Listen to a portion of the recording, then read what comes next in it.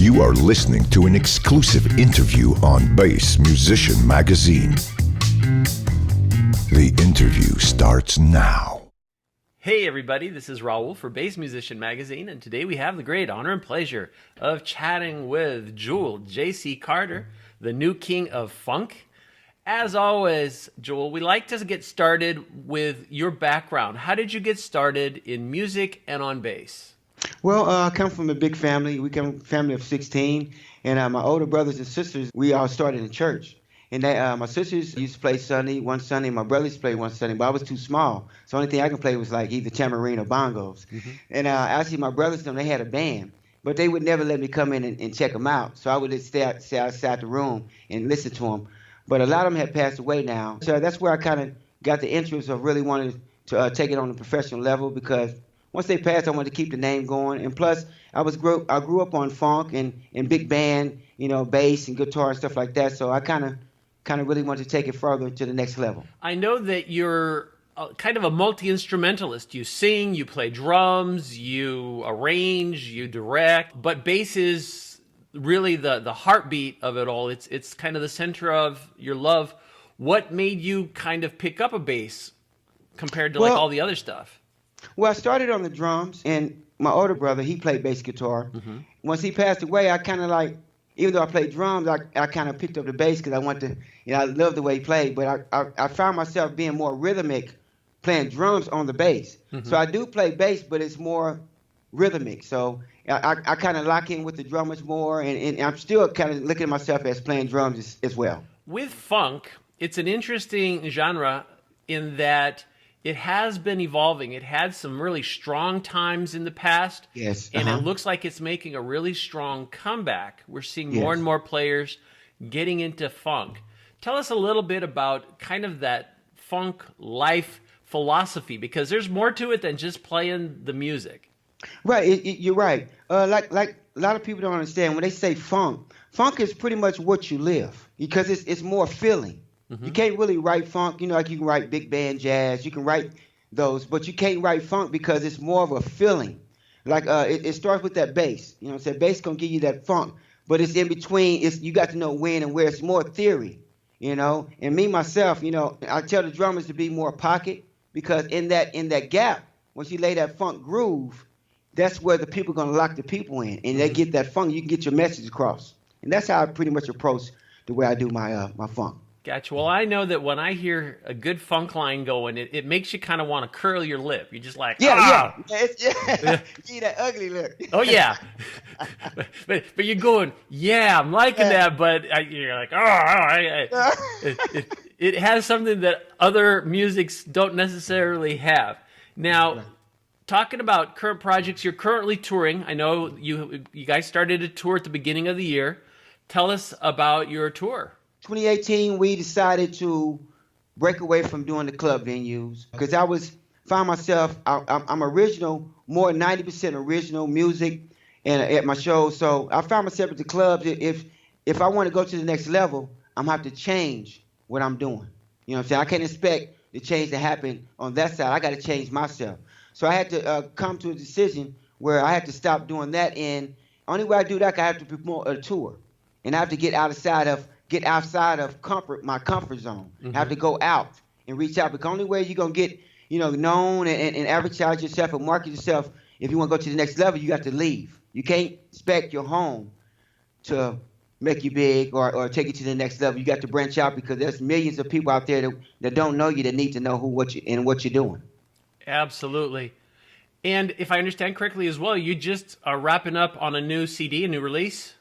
Yes, I just actually a week ago just left Las Vegas. My best friend, and he's a real phenomenal producer, actually in California and Las Vegas. And I went down to his studio, and we actually started on my new single, 100. I'm very excited about it. We're waiting on right now to do the photo shoot and just do the finishing touches so we can put it out the right way, because I know, once everybody get a taste of this, the message is definitely going to get across. It's going to be a nice song. Very cool. Well, I want to make sure that people that want to stay on top of what you're doing and what's going on, the best place to look will be a Facebook page that I'm going to insert right here. While they can see it, they can copy it, they can go to it and find out all of those details. I can't help but noticing your Schecter bass on your trusty 5-string on the side. Tell us a little bit about your gear and how you get your sound. Well, it's the Schecter, but I call her my Lucille. There you go. I'm sorry, B.B. King, but it's my Lucille too, as well.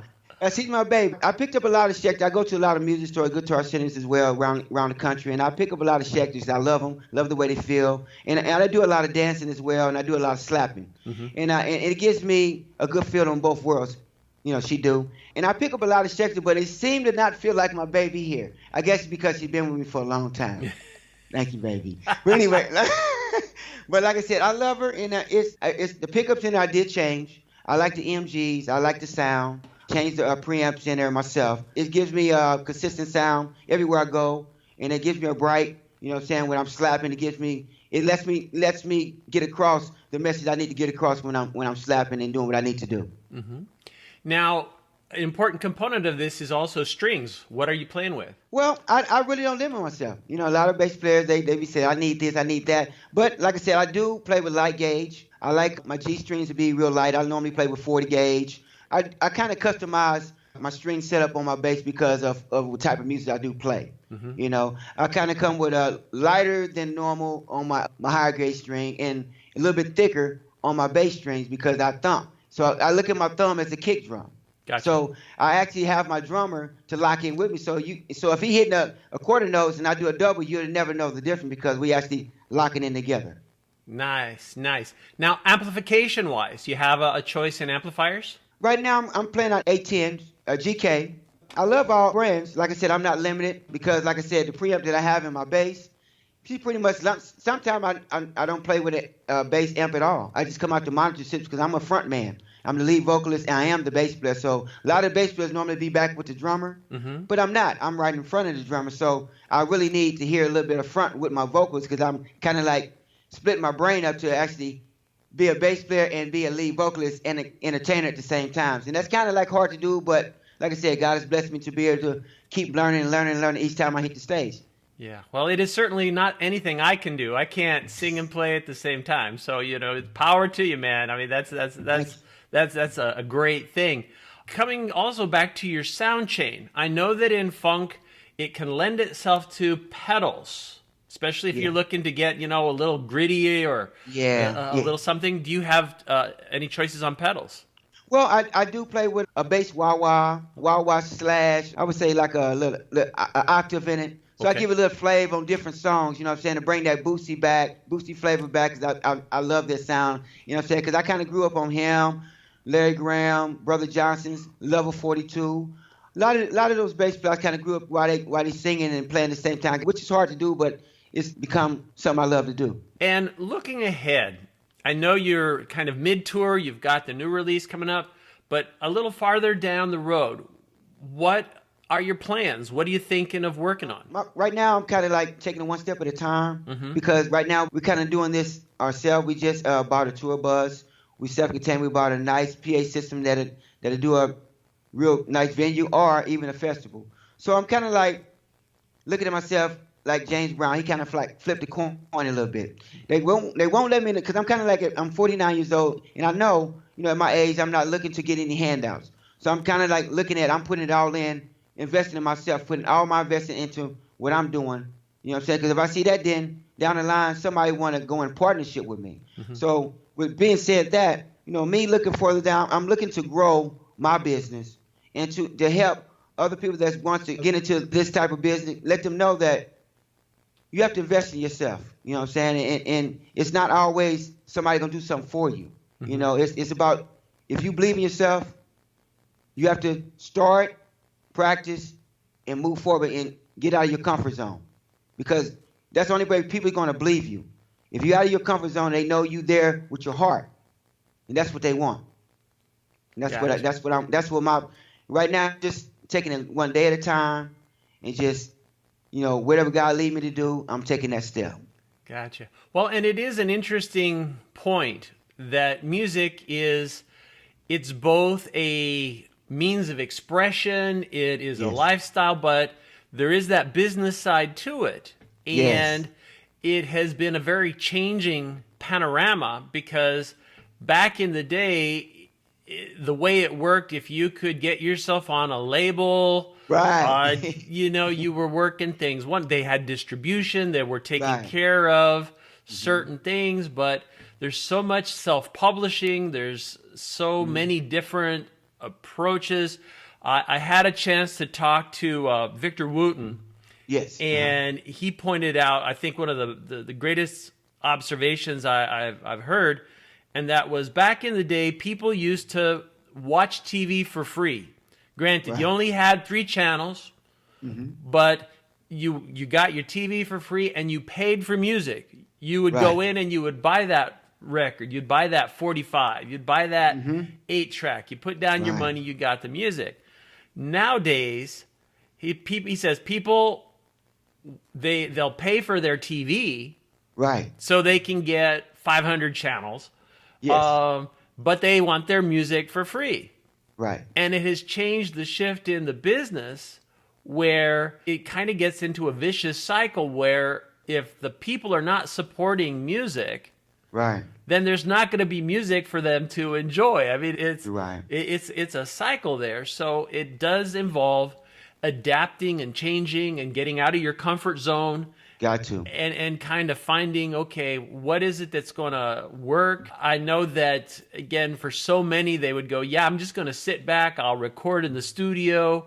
I'll launch this stuff out, and then I'll just work on the next one, and it's all good. And now you really do have to You kind have of to get out there. be You have all to. over the place. I mean, that's the reason why live music, funk, rock, the live is starting to come back because you just can't rely on your CDs because your CDs to sell you or to make you anymore. You have to be true to what you're doing. And if people hear a beautiful CD, but when they come and see you, they expect the same thing. And I see a lot of new artists today, which I don't knock. You know, some of them, they're playing off of tracks. But I was never raised to play off tracks. You know, people want to see the real you. You know what I'm saying? I know in the studio you can stop the track and go back over it and go up until you feel like it's perfect. But what human being is perfect? None of us are. So people want to hear the heart versus perfect. They know we all make mistakes, but they know if you give your heart, you're not going to want to make mistakes, and 9 times out of 10 you won't because that energy is there. They want to hear the live. They want to hear the realness of you.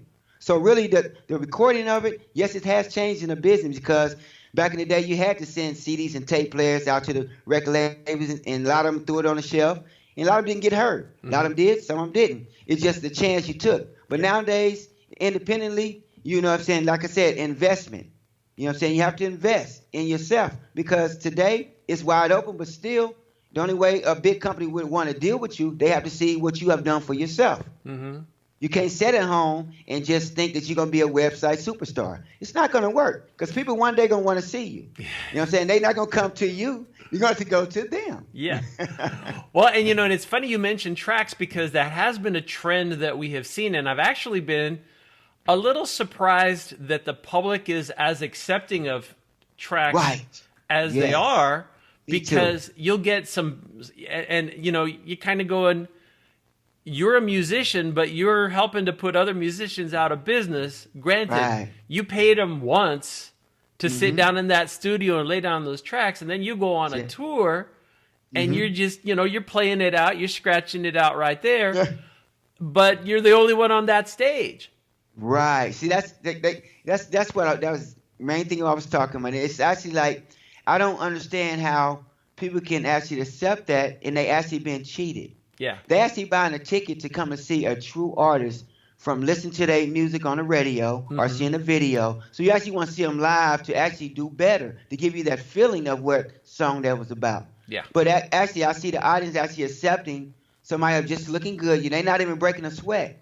You know what I'm saying? But they actually, the whole hour and a half, they looking pretty, smiling. And I ain't never seen an artist that really truly singing that's not going to break a sweat. You know what I'm saying? You're dancing out and you're not going to huff or breathe once. And you're not gonna and it makes me wonder, why is the people accepting that? Now, back in the day when he had Milli Vanilli, they actually, was upset with them for doing that. But why be upset with them when everybody can do it today? Yeah. Well, and we both know, again, I have one of my characteristics, I have a very sensitive ear when it comes to being to pitch. Yes. And we all have heard people that in the studio, they do that pitch correct and they'll fix it. Yeah. You get them up on a live stage and you're kind of going, oh my God, you're not anywhere near that right note. You know, you just go up or go down. Yeah. Like, and they can't seem to hear it. It's like you can't hear it. You're like, you pass tone there. Oh, you yeah. just can't hear it. Yeah. And, you know, sometimes they'll make up for it in other ways with the show, you know, with the entertainment factor. If they're dancing or they're, you know, carrying on, or you got props, you got fireworks, you got all this stuff. Yeah. People may not notice as much that you may not be hitting on those notes, but Right. it is something to me. It's like, you know, sticking a pin in my eardrum. I'm That's like, it. oh man, you know, do the note, get it right. That's it. Well, Joel, we appreciate you taking time out of your busy schedule. Of course, we wish you so the much. greatest success. Folks, make sure you stay on top of what Joel Carter, JC, the new king of funk, is bringing down. And I'm looking forward to seeing how your contributions to the world of funk continue to help this genre come back and be strong and let people enjoy it the way they really should, because it's a very rich, entertaining, get you up on your feet, move kind of genre. And that's the kind of thing we need nowadays. We need to be getting up and moving and feeling that music. Yes, we need to come together. And like I said to my audience out there, like I said, I appreciate you. Keep God first in everything you do, because we all have a message. We all have a gift to share with each other. And I appreciate you having me as well. Thank you so much. Oh, my pleasure. Well, folks, you've seen him here, Joel Carter, coming to you live on Bass Musician Magazine. Thanks for basing out with us here on BassMusicianMagazine.com.